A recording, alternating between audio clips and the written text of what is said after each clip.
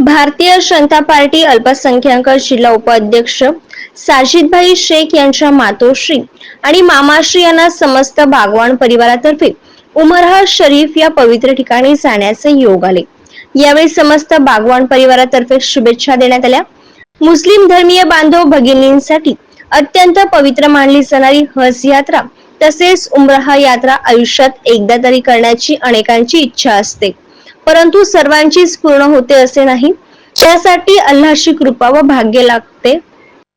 ही कृपा आणि भाग्य माझी आई खुशदाबी आणि मामा खलीलभाई यांना लाभले आहे। ही आमच्या शेख बागवान परिवाराची मोठी भाग्याची बाब आहे। अल्लाहची कृपा आमच्या परिवारावरती झालेली आहे।